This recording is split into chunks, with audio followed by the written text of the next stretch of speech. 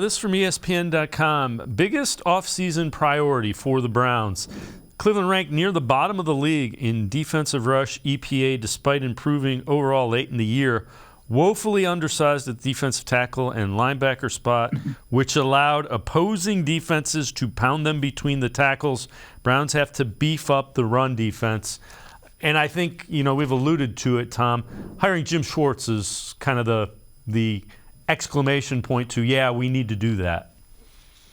Yeah, well, based on what you just showed, I think we've hit on a lot of those same points during our talk here. Yeah, they've got to get bigger and get kind of nastier inside, I think, Dave. When we would watch this team during the summer, it kind of alarmed us when you think about how this defense was built over the last couple of years. And you go back to that playoff game in 2020 against Kansas City, and I think the feeling was in the organization was, hey, we've got to get faster. We've got to be able to run with these Chiefs. We need somebody who's going to be able to cover Travis Kelce and Tyreek Hill, who's no longer there. But I think this idea that they needed to get, faster at certain positions, particularly linebacker, kind of backfired on them because it made them small inside. And once teams realized that they could run the ball down the Browns' throats, we saw that week after week. I mean, there were back-to-back weeks where they gave up 230 yards rushing to Atlanta, and I want to say Miami was the other one. I'm not sure